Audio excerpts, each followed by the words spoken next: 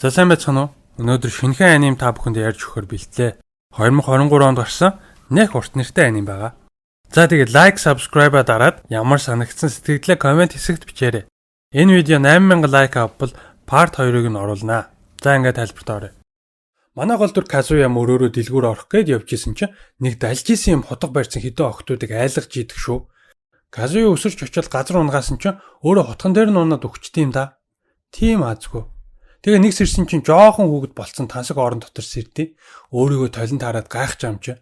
Ээж нь тухайд барьж үзэл миний хүү 7 хоног унтчихлаа штэ гэж шүү. Манай хүн ч өөрийгөө өөр ертөнцид төрчих гэдгийг ойлгоод байж идэл Сильва гэд үйлчлэгч ирээд хооллоо тэрврээд халамжилж өгнөө. Казуя Сильвагаас баахан асууж өөрийгөө 3 настай Кен гэдэг хүүгэд болцсон. Гарм гэд язгууртны 3 дахь хүү гэдгийг мэдж авдаг. Бас энэ ертөнцид адал явдал хайгч нар сэлмээр зэвсэглэж, ичид ашиглаж мангасуудыг ялдаг гэж Сильвия ярихад манай хүн баярлаж би ичид суръя л да гэсэн чинь болоогүй штэ эхлээд уншиж сурах хэрэгтэй гэлээ. Тэгээд гэрийнх нь Кэнийг уншиж, бичиж, тоо бодож чаддгийг нь мэдээд гоц ухаантай юм биш үү гэдэл бөө юм болноо. Яг үндэ манай хүн ч 3 настай биетэй ч гэсэн дотор нь ахлах сургуулийн сурагч байгаа юм чинь. Кэн зөндөө их зүйл сурч мэдмээр байна гэхэд аав нь баярлаж ичид түүхийн тухай ном уншиж болно. Харин шид хэрэглэх нас чинь арай болоогүй гэлээ. Тэгсэн чинь манай хүн удирдахтаа л жоохон муу болохоос бүр ичид гаргаж чадаад байдаг шүү. Нэг мэтгэд Кен 5 нас хүрж баптизм авах өдөр нь болноо. Тэр нь яадаг вэ гэхээр энэ ертөнцийнхний шүтдэг 7 бурхны аль нэгнээс нь шидийн чадвар бэлгэнд авах юм байна л да. Хамгийн ихдээ 5 дугаар левел болдог гинэ.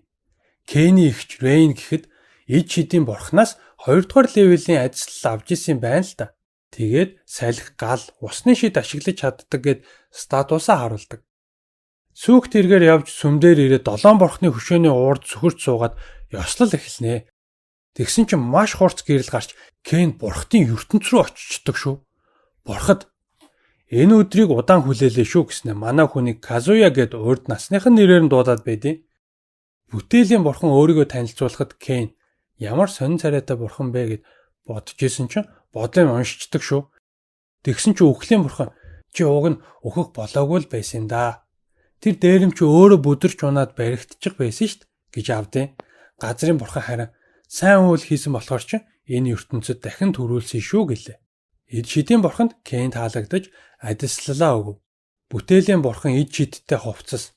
Дайны бурхан сэлмийн супер скил тулааны чадвар бэлгэлэхэд технологийн бурхан урд насныхаа мэдлэг чадварыг марталгүй ашиглаж байх боломжоор шагнана. Худалдаа 8-ны бурхан айтем бокс өгч газрын бурхан ч бас онцгой скиллүүд бэлгэлэв. За тэгээд бүх бурханаас адислал аваад буцаад ирсэн чинь ламтан энэ хөшөөнүүдийг ингэж тод гэрэлтхийг нь анх удаа харлаа гэж юм шүү. Аав нь статусыг нь харъя гэсэн чинь манай хүн харуулаад дими байх гэж бодоод гид сүвдөд байна гэдэл гүгээд явчихнаа. Тэгээд нуугдж жагаад статусаа шалгасан чинь бүх скил нь левел 10 байдаг шүү. Хамгийн ихтэй левел 5 гээгүй билүү гэж бодсон чинь бүтээлийн бурхан статусаа нуух шид өгсөн байв. Оройн хоолн дээр аав нь статусыг нь харъя гэхээр манай хүн нууцын эмчин гэж бодоод харуулцдаг. Тэгсэн ч гэсэн гэрийнх нь хараад бүр шок. Аав нь өөр хүнд битгий харуулаарай. Миний хүүг аюултайгаар байна гин шүү гэснэ. Ямар ч мэрэгжил сонгосон яалтчгүй амжилт гаргах юм байна да гэлээ. Оройн Кен ном үзэж байгаад хөөхөн хөвсгөр амтан гаргадаг шид байхаар нь туршиж үзэх гэсэн чинь амар том жүтгэр гаргацдаг шүү. Нөгөөх нь хажуугаар нь явж исэн ихчрүүн дайраад манай хүн галаар айлах гэсэн чинь өөрөө баригдаад үхэх шахнаа. Арай гэж буцаах шид ашиглаж алга болгоод ухаан алдаад унцдаг. Игчин сэрээсэн чинь амьд байна гэд бөөн баяр. Үзэгдэл солигдож аав нь Кэнийг бусад язгууртнуудад танилцуулахад манай хүн адал явдал хайгч болж хүмүүсийг хамгаалахыг мөрөөддөг гэж ярихт аав нь мөрөөдлөө биелүүлэхийн тулд багштай болж сайн хичээх хэрэгтэй шүү гин. Маргааш нь Мили Нина гэдэг 2 багш ирж Кэнд 3 жил хичээл заахаар болдог.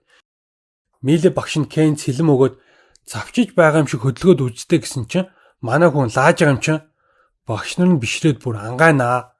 Нина тэгсэн чинь Милид сурагч чинь чамаас лаг юм байна штт гэж авдیں۔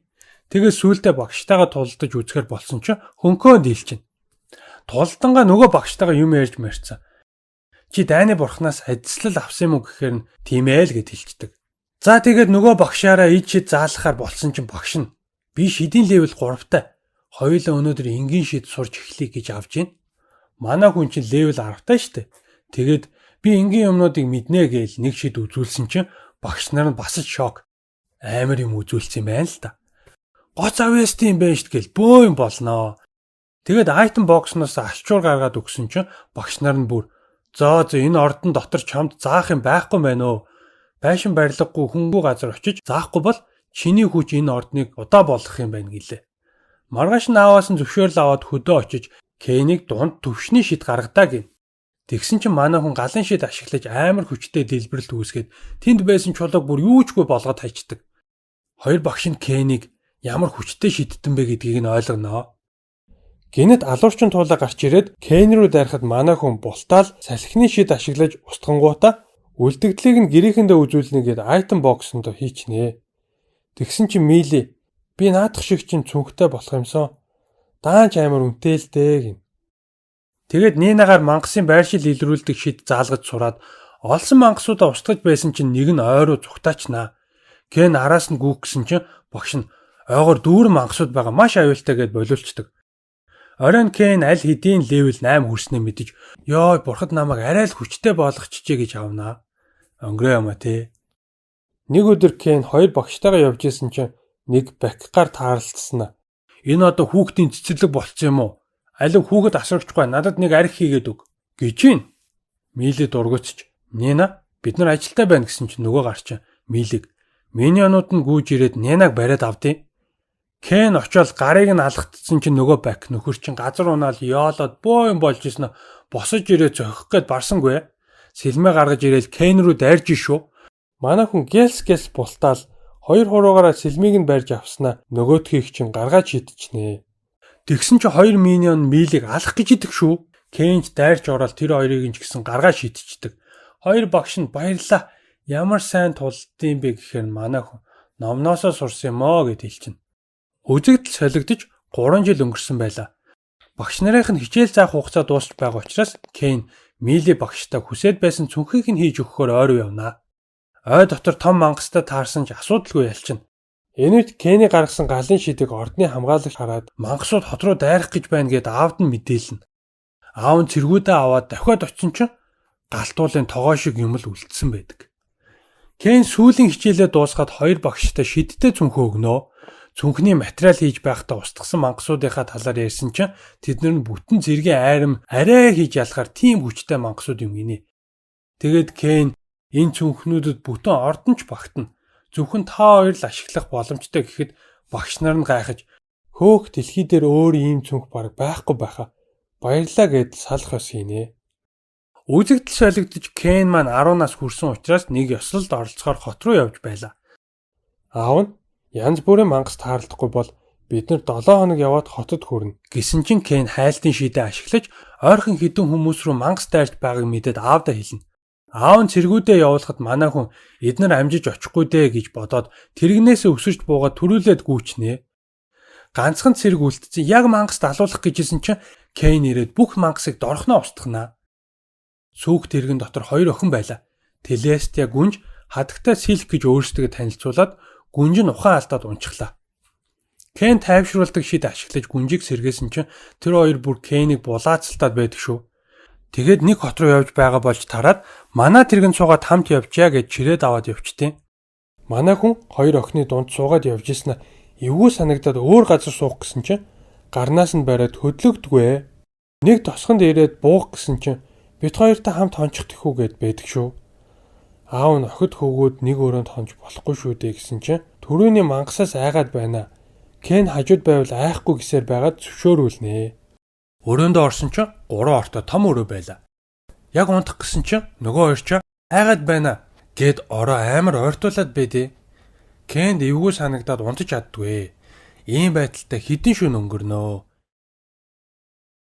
Нийслэл хотод ирэхэд нэг цэргийн жанжин ухтаж аваад хаантаа уулзуулна. Маш олон оркийг ганцаараа устгаж гүнжийг минь аварсан байна. Баярлалаа гэд хаан Кэнийг тайж цолоор шагнаж ордон бэлгэлсэн чинь нэг язгууртан гарч ирээд ийм жоохон хүүхдийг тайж болгож болохгүй штэ энтэр гэсэн чи хаа.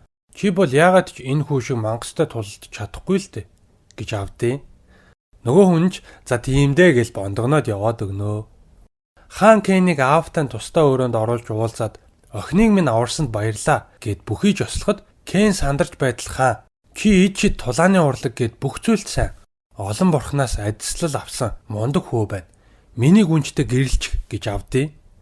Тэгсэн чинь нөгөө охины аав бас нэг язгууртай манай охинтой ч бас гэрлэх үү гэдээ. Кэн бүр шоконд орсон байжсэн чи хаан тайлбарлана. Кэн тэр хоёр охинтой хамт онсон болохоор сүү тавьсан гэсэн үг юм байна л да. Тэр хоёр охин бүр албаар тэгсэн байд юм да. Тэгээд хаан гүн хоёр шахаж шаардаад байхаар нь Кэн гэрлэхийг зөвшөөрнө. Үзэгдэл солигдож Кэн сүмд очиж бурхтын ертөнц рүү дахин орноо. Миний статус яагаад ийм их байгаа юм бэ гэд асуусан чинь чи дэлхийн хамгийн хүчтэй хүн болсон. Геркулес шиг хагас бурхан болох уу гэж асуулаа. Тэгснэ чи хэдий хүчтэй ч гэсэн хэрээс хэтэрсэн юм руу ганцаараа дайрж орж болохгүй шүү гэлээ. Тэгэд энэ ертөнцид зугаатай тоглоом бараг байхгүй байгаа биз? Чи өмнөх амьдралынхаа туршлагаас бодож байгаад ямар нэгэн юм зохиовол зүгээр юм биш үү гэж хэлдэг. Кэн гарч яваад ахыгаа дэлгүүрт ажилдаг мууран охинтой тааралдаад дэлгүүрт нь орсон чинь маш их бараа байдаг. Тэгээд дэлгүүрийн эзэнд ийм юм хийгээд өгөөч гэд зурж үзүүлээд төлбөрт нь алтан зоос өгнө. Хэдэн өдрийн дараа худалдаачин бэлэн болгоод Кэнд үзүүлдэг. Кэн яаж тоглодгийг нь харуулхад худалдаачинд амар таалагдж ёстой тоглоод л баймаар юм байна гин. Кэн эннээс гадна язгууртнуудад зориулсан илүү ганган загвар бас гаргаад олон тоогоор үйлдвэрлэж эх сараас зарж эхлэе гэж тохиролцоод алтан зоос өгөхөд худалдаач за хичээж хийх болно гэлээ. Тэгэд гэртээ очиод байж тал Кэнийг танилцуулах ёслолын өдөр болж аав ээжтэйгээ явнаа. Аав нь замдаа чамтай охиноо танилцуулах гэд баахан хүмүүс уулзах байх болгоомжтой байгаарэ гэж захидаг. Кэн хаантай уулзахдаа захиалгаар хийлгсэн шатраа бэлэг болгон өгөхөд хаан их сонирхож ёслол дууссаны дараа тусдаа уулзнаа л гэж байна. Аав нь ийм тоглоом зохиосныг чинь мэдсэнгүй штэ гэсэн чинь манай хүн би чинь ордонтой болох гэж байгаа юм чи нэмэлт орлого олох хэрэгтэй бистэй гэж томорж байдаг шүү. Кэн Силктэй уулзаад сууж исэн чинь өмнө нь Кэнийг шагнуулж байхад олон юм яриад байсан хүний хүү хоёр найзтайгаа хурч ирнэ. Силкийг Кэнд наалдаад байгааг хараад өөрт нь ч гэсэн тэгж хандах байх гэж бодсон чинь Силк зүгээр л мэдлээд өнгөрдөг. Тэгсэн чинь тэр гурав Кэнийг хөө чи яагаад мэдлэхгүй байгаа гэж юм. Тайж Кэн гэж өөрийгөө танилцуулсан чинь тэр хэд тайжийн хүүл юм байна л да. Овгоо хэлэхгүй байхыг бодоход ядуу айлын хүүхэд бид гээд байдаг шүү. Бүр гадагшаа авч гараад манай найзууд ид шид мэднэ. Одоо чамайг жинхэнэ бодоо болгоно гэж байна. Нэг найз нь баахан төвчгөнд байснаа нэх удаан жижигхэн гал гаргасан чинь Кэн галын дагуулж харж ийснаа бултаж энтер. Нөгөө найз нь бас гулжигнаж ийснаа 2-3 жижигхэн чулуугаар бууднаа. Тэгсэн чинь Силк тэсэхгүй хашгирч Кэнийг тайжийн хүү биш өөрөө тайж цолтой ийм чадвартай та нараас хамаагүй дээгүүр ранктай учраас уучлал гуйцгаа гэсэн чинь нөгөө гурав нь айгаад алга болж өгнө. Тэгснээ Силк саяны хүүхдүүд буруу ойлгоод байхад чи албаар ийм байдалд оруулах хэрэг байсан юм уу гэснэ. Чи надтай болзоонд явна гэвэл би өнөөдрийн явдлыг хэнд ч хэлэхгүй гэлээ. Тэгсэн чинь Телестия хурч ирээд яасан юу болсон бэ гинэ. Силк тэгэхээр нь яагаачгүй бид хоёр болзоонд явахаар болсон гэсэн чинь хараад бөө юм болноо. Кэн аргагүй ирэхэнд Телестиатайж бас болцохоор зөвшөөрнө. Хаантай уулзах цаг нь болж даам зааж өгч хамт тоглоход хаанд маш их таалагднаа. Маргааш нь Кэн бэлгэнд авсан ордонгоо үзэхээр очисон чинь хамаг цонх нь хагарахаа ямар ч тавилгагүй тоос шороо болсон байшин байдаг. Манай хүн ичээд ашиглаад тэр доор нь шин юм шиг болгочноо. Тэр орой Кэн гэртээ ярихад хоёр ах нь зочилж ирсэн байлаа. Их чинь шинэ ордныг чинь үзэх юмсан гэсэн чинь ах нар нь амар хуучирсан юм байна лээ. Айгүй бол сүнстэй дэ гэдیں۔ Маргааш нь Кэн аав, ээж, эгч гуравтаа шинэ ордноо үзүүлэхээр дагуулж ирнэ. Аав нь өрөөнүүдийг нь үзэж байснаа уран зурагч юм уу, баримл ч юм уу тиймэрхүү юмнуудаар чимгэлмээр юм байна да гэсэн чинь үйлчлэгч Сильван хашгираал явчтیں۔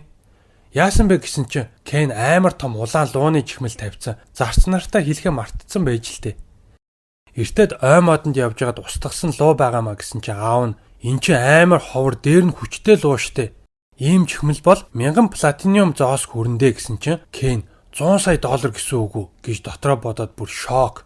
Дахиад нэг хүн хашгираал явцсан чинь ээж нь байлаа. Жорлонгийн суултуур чи ус цацаад байна штэ. Айгүй зүгээр юм байна. Манад бас хийгээд өгөөч гэж гуйна. Аав нь жорлонгийн юунд нь тэгтлээ сүржигнээд байгаа юм гээл орсноо бас хашгираал явчихнаа. Гарч ирээд манад заавал хийж өгөөрэй. Ирэх зочдод чинч бас таалагдах байх гин. Тэгсэн чи ордон бэлгэнд авсан бол заавал парти хийх ёстой байдин гинэ. За тэгээд манай хүн зочдын жагсаалтаа шалгаад ямар хоол унд бэлтгэхээ сонгоод бэлэг хүртэл бэлдэх хэрэгтэй болно. Бодож жагаад шилэн хундаг хийж бэлгэлэхээр шийднэ. Энэ ертөнцид хүмүүс зөвхөн шаазан л ашигладаг юм байна л да. Тэгээд бас энэ ертөнцид байдгүй учраас котлет шампанскаар дайлахаар шийдэв. Тэгж байсан чи хаа ордондоо дуудаж авчираад яагаад надад урилга өгөхгүй байна гэлээ. Манай хүнч бантаад өөрийн биеэр өгөх гэж байсан юмаа гэд худлаа ярьчнаа. Үзэгдэл солигдож парти эхэлж байлаа. Зочид улаан лууг нь биширч шампанскийг нь ямар сонирхолтой юм бэ гэж магтаж шилэн хондгийг нь ч бас гайхацгааж байдаг шүү.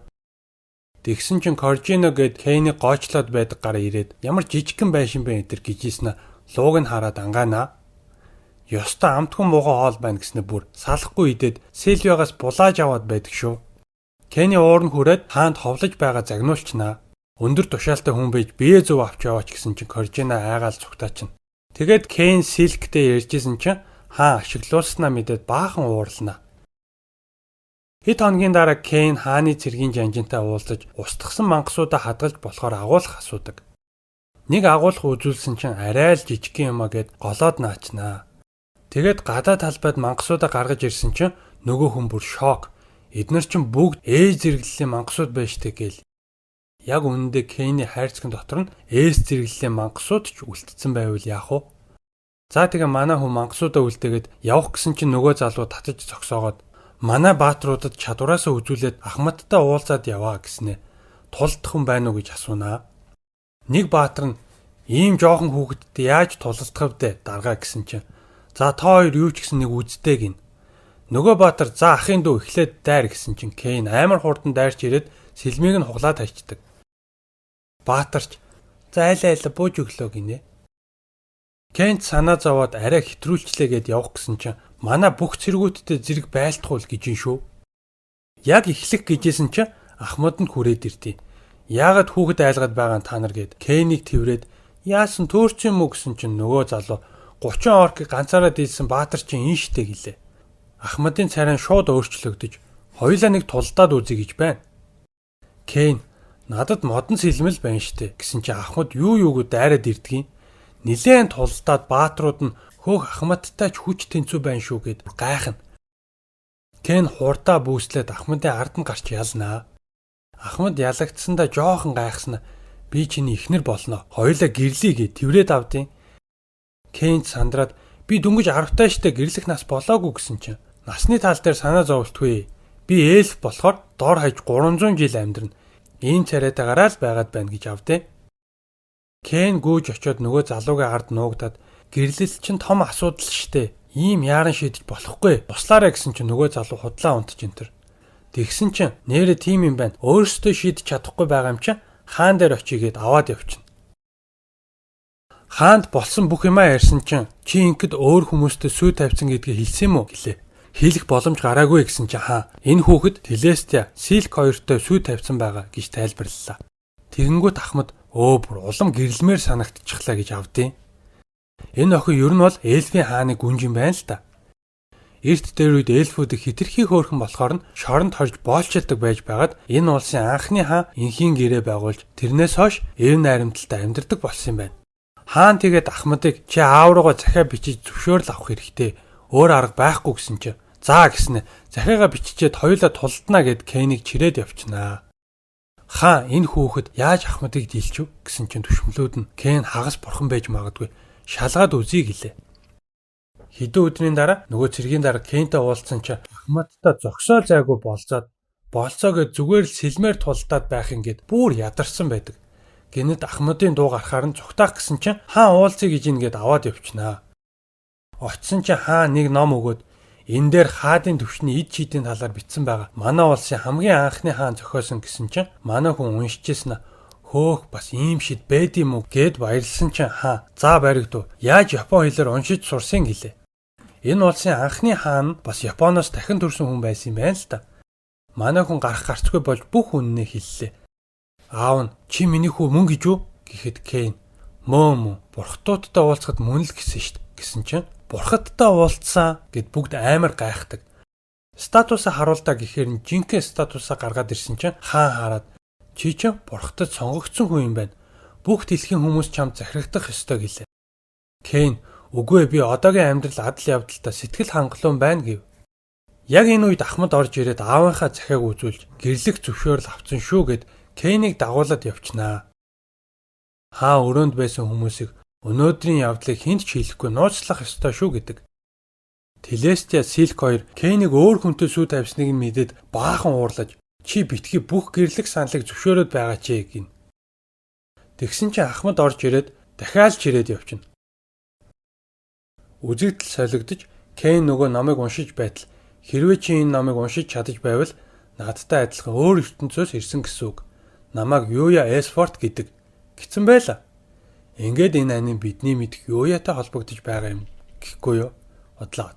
Нэр манай суваг дээр байгаа Юягийн анимыг үзсэн хүмүүс хэр их байна? Комент хэсэгт бичээрэй. За тэгээд тэр номыг зохиосон Юя Эсфорт гэдэг хүн осолд орж нас бараад өөрийнхөө бодит биеэр энэ ертөнцид шилжиж ирсэн гэсэн байв. Энэ үед Телестия Силк 2 ирж манай хүнийг сандраагаад гараад явж идэл Ахмадтай таарчнаа. Маргааш тулдсан шүү гэхээр нь ёстой уучлаар амжихгүй гэж зүгтаачдаг. Маргааш нь Кейн 12 нас хүрч албан ёсоор адал явдал хаагчаар бүртгүүлэхээр явнаа. Дөнгөж орсон чинь нэг улаан өстэй залуу тааралдаад анх удаа ирж байгаа юу? Ганц амьтаа юм чи болгоомжтой байгаарэ гэж зөрөхөд Кейнд нэг л таньдаг хүн шиг санагданаа. Манай хүн анкет бөглөөд байжсэн чинь хідэн гарууд ирснэ. Юун жаахан хүүхэд вэ? Ээжтэй очооч гэд Кейнийг өшөглөх гэсэн чинь бултчнаа. Бусдан дайрахад Кейн хөнхөө бултаал хооронд нь мөргөлдүүлж хийж байгаа. Нөгөө хэд бүр сэлмээ гаргах гэж байтал төрөний улаан үстэй залуу хүрээд ирсэн чинь Клауд байна гэд нөгөө хэд нь зүгтаачна. Клауд Кейний төрөний хүмүүсээс яаж бултаж байгааг нь анзаараад сайн тулалддаг гэдгийг нь ойлгоцсон байдаг. Тэгэд өөрийгөө галтаа сэлэм ашигладаг. Эхнэрээ мөсний шид гаргадаг гэд Эйранкийн адал явдал хайгч нар гэсэн үнэмлэхээ үзүүлнэ. Манай анхны хаан бүр 3S ранктай хар үнэмлэхтэй байсан штт гэд ярьж идэл эхнэр нь ирээд яагаад арх уугаад байгаа юм бэ гэд цохиж аваад чирээд явчихнаа. Клаудийг эхнэртэй чирэгдээд явчихаар нь Кейн хийчихэр даалгавар байна уу сонирхноо. Ачаа зөөх ажил байхаар намархан ч юм уу гэлс хийчихмээр юм байна гэж бодсноо болж гоблин устгах даалгавар сонгоно. Ёстой дажгүй даалгавар олчихлоо гэд баярлцсан явж байсан чи Ахмадтай таарчдаг шүү. Ааж гэж байгааг нь асууснаа. Би нөхөртөөгөө явлаа. Чи явж ажиллаа хийгээд туслахаа үлдээ чинь. Манай хүн зүгтаах гэсэн чинь баригдаад чирэгдээд явчихнаа. Орой ороод Кейн хайх скиллээр гоблины байршлыг илрүүлээд очисон чинь нэг хүнийг баахан мангас шархтуулсан яг алах гэж идэг. Кейн гялс очиж тэр хүнийг эдгээр хооронд Ахмад гоблинуудтай байлднаа. Устгаал байхад ар араасаа гарч ирээл байдаг шүү. Кейн ид шидээр Ахмадыг хүчийг бүүстэлж өгнө. Тэгэнгүүт амар том гоблин гарч ирсэн ч Ахмад нэг завчаал ялчна. Нэр энэ Ахмадыг нь Тифана гэдэг шүү. Тэгээд Тифана Кейнтэй хормоо яаж хийх талаараа төсөөлөөл би мундаг байгаа сте намайг магтаач гэжсэн чинь баахан ногоон гүрэл гараад ирнэ. Кейн Ахмадыг нөгөө залуутай хамт гэлс цогт гэж явуулчаад маш хурц гэрэл гаргаж гүрлүүдийн нүдийг сохлоод мөсний шидээр устгана. Нөгөө хүмүүсийг нь хараад юу болоод байна гэсэн чинь Тифана манай нөхрөл шид гаргаж байхгүй юу? Мундаг залуу шүү чихшиг. Энэ хэдийг явсны дараа Кейний хоёр багш нь ногоон гүрэл устгахаар ирээд амар том галтуулын тогоо шиг юм үүссэн байгааг олно. Кейн буцаж ирээд би ногоон гүрэл устгахчлаа. Уг нь гоблин устгах ажилд явсан гэсэн чинь ресепшн эмэгтэй бүр ангайгаад си төвшнийхэн л ногоон гүрэл устгаж чаддсан штэ гэлээ. Манай хүн тийм үү би сая 30 гүрэл устгацсан штт гэсэн чинь нөгөө эмэгтэй сандраал ахлахтаа хэлнэ. Ахлах нь Кейнийг дуудаж уулзаад залилагч мөнгө олох гэж чийд хэрглэж гин. Дөнгөж сая бүртгүүлсэн хүн ногоон гүрэлийг дийлэх ямар ч боломжгүй ловерч энтер гэд бөө юм болно. Тэгжсэн чинь дарга нь орж ирээд юу болоод байгааг нь тайлбарлуулна. Тэгснэ ахлах минь чамд сурах юм их байна да. Би сая Ахмадтай уулзаж байлаа гэсэн чинь Тифана орж ирээд вау миний нөхөр хайртай шүү гээл бөө юм болно. Дарга нь Кейнийг тайж цолтой гүнжийг аварсан баатар гэд байхтал нөгөө ахлах нь итгэдэггүй. Тифана та хоёр гэрлэхээр чи миний хүргэн дүү болох нь байна штэ гэж авдгийн. Нөгөө ахлах нь уучлал гуугаад дээд тушаалын хүн таньсангүй миний буруу гин. Кэнийг Ахматаас ч илүү хүчтэй улаан лууг хүртэл ялсныг нь мэдээд ээж зэрэглэлийн адал явдал хайгч болгочдөг. Хөөх нэгэн өдрийн дотор ээж зэрэглэл болчих байгаа мó гээл нөгөө хоёр нь бүр шок. Бурхад Кэнийг харж энэ хүүхдийг ийм хүчтэй болгох хэрэг байсан юм уу гэхэд бүтээлийн бурхан бүр илүү хүчтэй болгох хэрэгтэй байна. 300 жил хоригдсон Эйрон гэж чөтгөр удахгүй суллагдах гэж байгаа гэлээ. Ордондоо буцаад очисон чинь Телестия Силк хоёр Ахмадтай болзоонд явсныг нь мэдээд бөөн уур. Манай хүн ч явсан нь үнэн болохоор уучлалт гуйнаа. Маргааш нь Кен унтжсэн чинь Сильва гүйж орж ирээд "Яана уучлаарай, би сэрээхэ мартчих" гээд бөө юм болно. Өнөөдөр академид орох шалгалт өгөх өдөр байсан юм байна л да. Гэхдээ манай хүн телепорт хийгээл шалгалтан дээр очиж байна. Эхний шалгалт нь Кэний бодож байснаас дэндүү амархан тоо бичгийн шалгалт байлаа. Кен бүр төрөөлж дуусгачаад унтаж энтер. Хоёрдугаар шат нь эд шидийн шалгалт гэсэн чинь манай хүн баярлаа л явцдаг. Тэгээд хамгийн хүчтэй шийдэ гаргаж бай онохоор болно.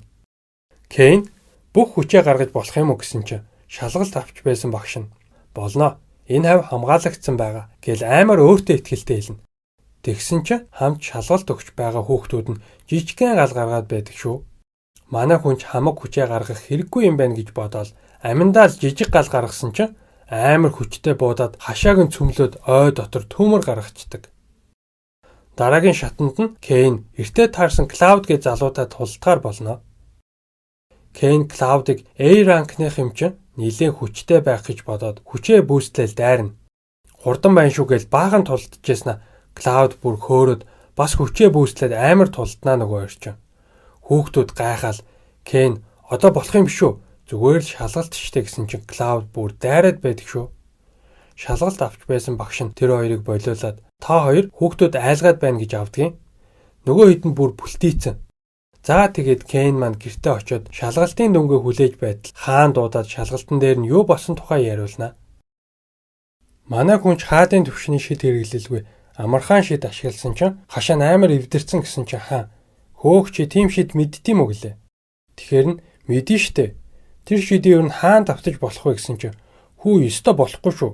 Улсын ин сүнөөхнүү" гэж авсан.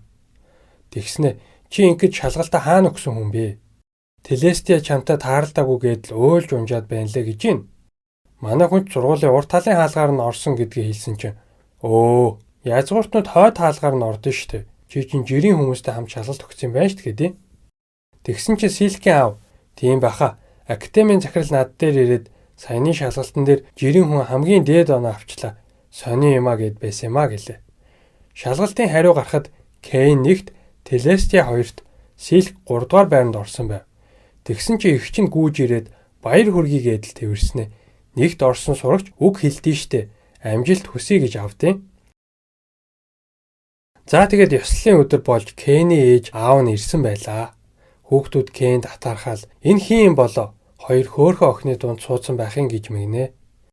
Манай хүнч бэлдсэн үгээ амжилттай хэлээд бүгдээр нь алга ташуулаад авнаа. Анхны хичээл нь орж багш нь "Ирээдүйд ямар хүн болмоор байна? Тэр чиглэлийнхаа хичээлийг сонгоорой" гэхэд манай хүн "Адал явдал хайгч болмоор байна" гэсэн чинь Телестия Силк 2 "Болоо язгууртны амьдралаараа л амьдрах хэрэгтэй шүү" гэж идэг шүү. Кен тараад явж идэл нөгөө муурын охиныг хідэн гаруй дээрлэхэж байхаар нь очисон чинь нөгөө Коржиногийн хүү байдаг шүү. Тэр хэд Кэнийг "Язгууртын юм байж яагаад жирийн хүнийг өмөрөөд байгаа" гэж итэл Телестия Силк 2 хүрээд ирдэг. Нөгөө гарууд ч өвдөг сөгдөж унаад муурын охиноос уучлалт гуйгаад алга болж өгнө. Манай хүн охтуудыг юу яриад байгаа юм бол гитсэн сууж исэн чинь гинт хинийний хоолой сонсогдоод "Номын сан руу оч" гэд байдیں۔ Очоод хаалгыг татсан чинь шал өөр газар руу гарч ирснэ. Телепорт хийгдээд нэг өрөөрөө очичдаг. Тэнд байсан хүн "Кофе уух уу" гэхээр нь Кен гайхаад "Энэ ертөнцид юун кофе байдаг билээ" гэсэн чинь бүр Казуя гэд урд насныхын нэрээр нь дуудаад наадیں۔ Өөрийгөө танилцуулахад нь Кен тэр хүнийг анхны хаан Юя гэдгийг нь ойлгоно. Гэхдээ 300 жилийн өмнө хаан байсан гэв үсттэй. Сүнс юм биш үсттэй гэсэн чинь Юя инээж статусаа харуулна. Тэгсэн чинь бүтээлийн бурхан гэсэн статустай байдаг шүү. Өөрийнхөө бүтээсэн ертөнцийн бурхан нь болсон юм байна л да. Тийм болохоор хөгшрөхгүй 300 жил болсон ч царай нь хിവэрэ байгаа юм байна. Бурхад Кэнийг дасгалжуулж өгөөч гэж гуйсан болохоор энэ ертөнцид ирсэн гинэ. Манай хүнч Шаардлагагүй дээ би угийн хүчтэй шít гэсэн чинь тэгвэл энийг надаас булаадаа гэд нэг бичээ харуулж гин. Кен авах гэсэн чинь чаддгүй юм да. Тэгээд намайг тасгалжуулж юу яах гэж байгаа гэсэн чинь 300 жилийн өмнө Эрон гэд чөтгөр баахан дайнд дэгдээсэн юм байна. Уг нь бол одоогийн 7 бурхантай адилхан 8 дахь бурхан байсан юм байна л да. Тэгээд өөрөө нэг тийм гаж садист маягийн гар байжгаад бүр Squid Game шиг юм зохиогоод хүмүүсийг хооронд нь алцуулаад байхаар нь юуя арай гэж дийлээд бөмбөлөг дотор хорьсон юм байна. Одоо тэгсэн чинь бөмбөлөг нь эвдрээд суллагдах гээд байгаа юм гинэ. Юуя өөрөө бурхан болсон болохоор хүмүүсийн үйл хэрэгт шууд оролцох боломжгүй болсон гэж тайлбарлана. Гэнэт телепорт хийгээд далаа руу аваадсанаа сэлэм луужин өгөөд левелээ 600 болгоод түрүүний байшин руу буцаж ирээрэй гэдэг. Манай хүн одоо 300 левелтэй байгаа болохоор 600 хүрэх хаач байсан. Хичээлээ таслах болчлоо яана гэсэн чинь юуя энэ ертөнцийн нэг жил танай ертөнцийн нэг өдөртөө тэнцэн амжилт хүсье гэд алга болчдөг. Манай хүнч гөлөг гээл ойроо очисон чинь баахан мангастай таарна. Энэ үед Телестэй Силк хоёр Кенийг хайж гэрт нь ирнэ. Телестэй бүр эртэл нь хүлээн гээл гэрлүүн орчдөг. Тэр хооронд Кен ойд айл хизээний хэдэн сар болцсон. Ядраад мангаст баригдаад үхэх шахсан ч шидэ ашиглаж устгаж чаддаг. Гэнэт нэг амтны орилго сонсогдож манай хүн сэлмэж ирээл арай хийж очсон чинь нилээн хүнд шархтцсан амтан хэвтчихийдэг. Кен хөөрхөн амтныг зовоож байхаар гээд алах гэснэ гэнэт өрөвдөд хамаг хүчээ шавхаж эдгээгээд өөрөө ухаан алдчихнаа. Нэг сэрсэн чинь нөгөөд чинь Кенийг хамгаалаад баахан мангас устгацсан. Нүрийг нь долоогоод бөөн баяруулна. Кен тэр амтанд Хаку гэж нэр өгөөд дагуулад явдаг. Тэгээд Кен Хакуга хамгаалж харж хандах ёстой болохоор бууж өгч болохгүй гэсэн бодолтой болчтой. За тэгээд явсаар байгаад Юуя дээр хүрээд ирнэ. Тэгсэн чинь яасан том болцсон. Нэрээ 4 жил өнгөрцөн байна штт гэж авдээ. Дараагийн багш нь Дрейн гэд бэк залуу ороод ирнэ. Даанч манай хүн бэлтгэл хийж байгаад багштай ухаан алдтаа зохиолчтой. Сэрсэн чинь багш нь гэртээ аваад ирсэн. Кен хоол идснэ. Ийм гой хоол идээгүй 4 жил болцсон байна штэ гээл өөлөд байдаг. Тэгээд багштайгаа бүтэн жил бэлтгэл хийсэн ч өдөр бүр ялагдаад навс цодуулаад байдیں۔ Овоо юм байх гэсэн чинь цуг байсан байгааз. Чи юу н энэ байдлаар яаж Эрентэй тулдах гээд байгаа юм бэ гээл Дрейн хашгирнаа. Үзэгдэл солигдож Юуя Кенд аав ээжийнхэн талаар ярьж өгч байна. Кений аав ээж хоёр нь ослоор нас бараад Юуятай хамт бааtruуд болж дахин төрсөн юм байна л да. Тэгээд Эйроныг устгах даалгавар аваад тулалдаж байхдаа хоёулаа нас барсан юм байна лээ. Манай хүн энэ бүхнийг бодож Эйрон дахиад бөөн дайн гаргуул яана. Хайртай хүмүүсээ хамгаалахын тулд хичээх хэрэгтэй байна гээл дайрсан чинь багшигаа ялцдаг. Ингээд нэг юм бэлтгэл дуус Кен аав ээжийнхээ булшин дээр ирээд Юуятай уулзнаа. Юуя нөгөө бичээнэ гаргаж харуулхад Кен асуудалгүй шүүрээд авчдаг шүү. Чи бүр том болчихжээ гэд Юуя шидээрээ Кенийг хуучин хэмэнд нь оруулж өгөхөд Дрейн лууга өгч явуулъя гэлээ. Хаку луу хоёроо аваад яг телепорт хийх гэж байсан чинь Юуя сэлмээ өгөөд хаад үзүүлээрэ гэдэг. Гэртээ ирсэн чинь охтууд бөөн баяр болж Телестия Силк хоёр бичээн хийгээд бэлтцсэн байв. Манай хүнч баярлаад эдэж өгнөө. Тэгээд хаантай уулзаж болсон бүх юмаа ярихад итгэхгүй байдаг шүү. Юуягийн сэлмийг үзүүлж иж нэг юм итгэж байгаа. Силкийн аав чамааг ирэхгүй удаад байгаа болохоор адал явдал хайгчийн бүртгэлийг чинь цуцлана гэд байна лээ гэдээ. Санаан зовоод гэлс очиж уулзнаа. Хичээл эхлээ завгүй байла. Бла бла гэсэн чинь дарга нь A ранктай болоход чинь дээрэмчдэг устгах даалгавар өгсөн штэ. Тэрийг хурдан биелүүлэхгүй бол бүртгэлээс хасан шүү гэж авж гин. Кен телепорт хийгээд дээрэмчтийн явдаг зам руу очисон чинь яг өгөлдөл дээр нь таарчтай юм да. Тэгсэн чинь хоёр багш нь нөгөө шатар хийдэг худалдаачинтай хамт явж байдаг. Мили багш нь шархтсан байхаар нь шидээрээ эдгэж байсан чинь дээрэмчид Кенийг юун бацаан бэ гэж шоолоод байдаг шүү. Бөөнөрөө дайраад ирэхэд нь манай хүн хөнгөө цохиол явчихна. Бараг л хурууныхаа үзүүрээр дийлээд байгаа юм шүү. Тэгснээ ёо хүчээ гаргахгүй барих чинь ямар хэцүү юм бэ гэж мэгцэн. За тэгээд даалгавраа биелүүлээд буцаад ирсэн чинь ресепшн охин пөөх ийм хурдан уу гэжсэн чинь хідэн гарууд Мили Нина хоёрыг өдөөд байдیں۔ Тэгсэн чинь өмнө Кен шидүүлж исэн гарууд байдаг шүү. Нөгөө хэдэн ч таниад айгаад газар унцдаг. Тэгээд Клауд ирээд юу болоод байгаа юм бэ гэсэн чинь нөгөө гарууд нь цугтаачнаа. Клауд гэсэн чинь Милигийн төрсөн ах нь байсан байдیں۔ Даанч танил харагдаад байсан юм а. Бүгд юм яриад сууж идэл Хоёр багш нь Кэний хийж өгсөн сүнхийг нь харуулна. Клаудийн эхнэр нь хатаархаад ямар гоё юм бэ? Надад нэгийг хийгээд өгч тэхүү гэж гуйсаар байгаа зөвшөөрүүлнэ. Кэн гинэт 7 хоног хичээлээ тасалдснаа санаад одоо ёстой таслахгүй гэсэн чи Клауд чи тайж болцсон юм чи хичээлд явах хэрэг байгаа мó ч гэх шиг. Кэнийг явсны дараа ресепшн эмэгтэй ирээд Септембер хичээл заах ёстой байсан адал явдал хайгч гэмтжиж гэхэд Клауд би заачдаг ч юм илүү гинэ. Маргааш нь ид шидийн хичээлдээ багш нь Кэнийг чи ид шид хэрэглэж болохгүй шүү. Сүүлд хан нурааснаа санаж байгаа биз дээ гэдээ. Найзууд нь нууцаар харж ийснаа. Яна Кэнийг ялварлаад байна туслая гин. Адал явдал хайгчийн хичээл дээр гэмтсэн багшийг орлох өөр багш нар ирсэн гэсэн чинь найзууд нь ороод ирдээ. Хүүхдүүд Клауд эхнэр хоёрыг нь таниад баярлаад бөө юм болно. Тэндээ бас од юм байна л да. Тэгсэн чинь Клауд хүүхдүүдийг үнэмлэхээ үзүүлээрэй гэсэн чинь бүгд саяхан бүртгүүлсэн болохоор хүрл үнэмлэхтэй байдаг. Клауд Кэнийг алтан үнэмлэхээ гаргаад гайхуулаач гэсэн чинь бусдаасаа ялгарчнаа яшиг гэж бодсноо үнэмлэхээ авчираагүй гэд хэлждэг. Тэгээд бүгд гадаа гарч Клаудтай тултгаар болно. Кэн юу чаддгийг харуулах цаг ирлээ гэж баярлсан чинь Клауд Кэнээс бусад хүүхдүүдтэй л тулдаад байдаг. Уг нь цаадах чинь бодохдоо эхлээд хүүхдүүдэд хүчээ мэдрүүлчихэд хамгийн сүүлд нь Кэнд ялагдах юм бол энэ хэд Кэнийг бишрэх ёстой гэд төлөвлөсөн байгаа юм байна л да.